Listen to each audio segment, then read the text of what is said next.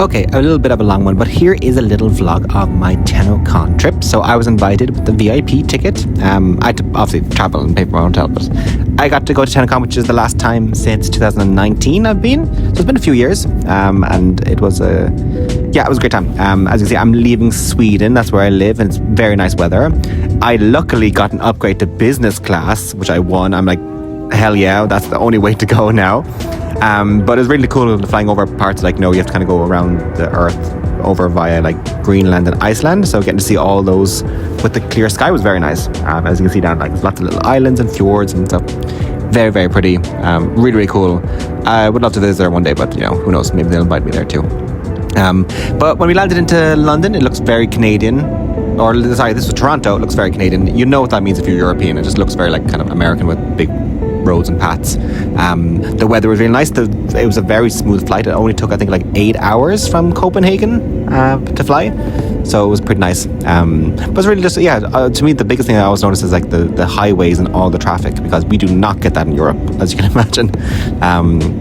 So then that was basically my trip. I had to get into Toronto, and then we had to get a layover. If you've never traveled down to London, it's about 2.5 hours via train. So you have to go into Pearson airport and then get a little train to the Union Station in the middle of Toronto, and then from there you either fly down to London via a death trap propeller plane, which I do not like, or you can take a 2.5 hour train via it's Via Rail system. So landing in, I was like, okay, so this is good weather. I did not know if it was going to be humid, because every time I have been to London, it's been very, very humid and very hot.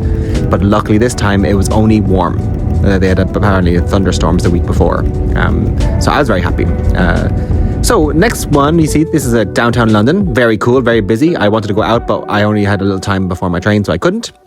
When I eventually got to London 8 hours later, because of delays, I basically got to check out the nearby stuff. So they had an almost thing. There's this store that definitely did not look like ice on top. My favorite Booster Juice was closed, and also the Fox and Fiddle closed in the pandemic, which is sad. So all the hotspots that I known were down.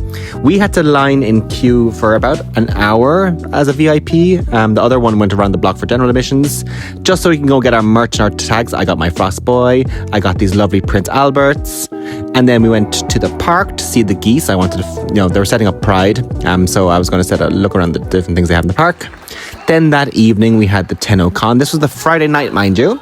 This was great fun. As you can see, the stage was beautiful. Megan and Sheldon opened up the night to kind of, say what was going ahead. It was going to begin with the Tennocon cosplay contest, which, as you can see, the hosts were Ronnie and Taylor. Taylor looked amazing. Ronnie was obviously and there was a little bit of Kaz. And the cosplay contest, you probably saw it on the streams. It was amazing. The flair was absolute stellar. But this was the actual concert before the band. You see, like the stage. I don't know if on the stream showed it justice. It was the most amazing concert. It was in the Friends Life Arena, which is like near in the centre of town. I think it used to be called the Budweiser Arena, if I remember correctly, from a few years ago. Amazing. VIPs, we had a little bit of a buffet, which was nice, and they had little seats. And then the concert was when it was set to go, opened up with none other than Steve himself with the guitar. I thought it was very weird, Steve performing this song just for me in a crowded arena, but that's what Guy Love does. He was amazing. It was very, really nice and kind of cool to see that he got to. I wonder, has he ever played on stage before? Because I'm like, was this the first time on a stage? That'd be such a cool dream come true. Because I remember his COVID streams and his own streams, like he used to have guitars in the background. I'm like, now it's realised he gets to play his guitar for all of us. People were screaming Steve the entire time. It was great fun. And then we opened up with the second dream. This siren came on stage. She was amazing. And it basically, this is where I hit the feels. My partner came with me, who never played any Warhammer, so I had to explain all the things of like why this song made me cry. I didn't cry at the concert. I cried when I played it for the first time. And then, I kid you not, to see Rebecca play the bass, I literally was like, I was like, just so cool. And like everyone was absolutely loving her, cheering for her and all that kind of stuff, and the rest of the band were also incredible. But it was just so cool to see her up there, and I want that outfit, and I will definitely see that outfit. But she was absolutely fucking so cool. That's our space bomb.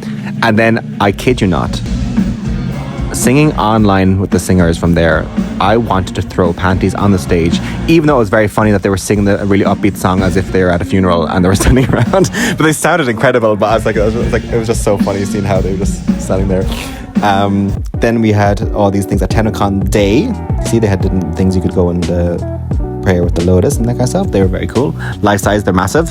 This little shit wanted to hit him, and then my husband, as you can see, like, you know, I'm gonna make our relationship level 5 later, if you know what I mean. It was a great day of panels, you know, getting ready for the actual Tennocon celebration. I didn't unlock Megan as a playable character yet. She was waiting to announce the stuff. And then we went outside in between streams to see they had a little Cetus marketplace. So you can see like all these different things. They had a museum with different props and a little tribute to Minky. Rest in peace. It was a beautiful little place. And they had different cosplay contests throughout the year that they commissioned. So they had, you know, Lloyd and Lotus. Then, before the Tennocon, they were throwing balls and it got hit in the face and it got concussion. And then the panel actually started, which you saw on the stream. They gave us these light sticks, which you definitely know where they were going. No motor set. And then, of course, the riggery. We got, oh my God. Who? Hydroxate. No way! Where are you? Stand up. You stand up. Hydroxate! Hydroxate. I've been trying to find you all day. All right, you get Valkyrie heirloom, you little cheater. Is that rigged? Wow. Wow. Luck of the Irish. Luck of the Irish. Sorry, I won't do that. So sorry. I just And then I had to leave the day out. I mean, 2 days later, basically. I had a day free. I did catch up with Megan and them later, so it was a really nice trip. And I really enjoyed it. And I definitely want to go back every year. And yeah, that's kind of the summary of what it is. You know, just kind of taking a chill. I got to meet so many old friends I haven't talked to years. Because obviously, as you know, I had a little break from burnout and stuff. So I took the last few years just, you know, to recuperate and just to do my own little thing. And now I feel like I'm back to kind of, you know, it gives me a lot of energy to go to Tennocon and feel like, yeah, this is why I love doing what I do. So hopefully in the future there'll be more. And you never know what's the next for Hydroxate. You never know.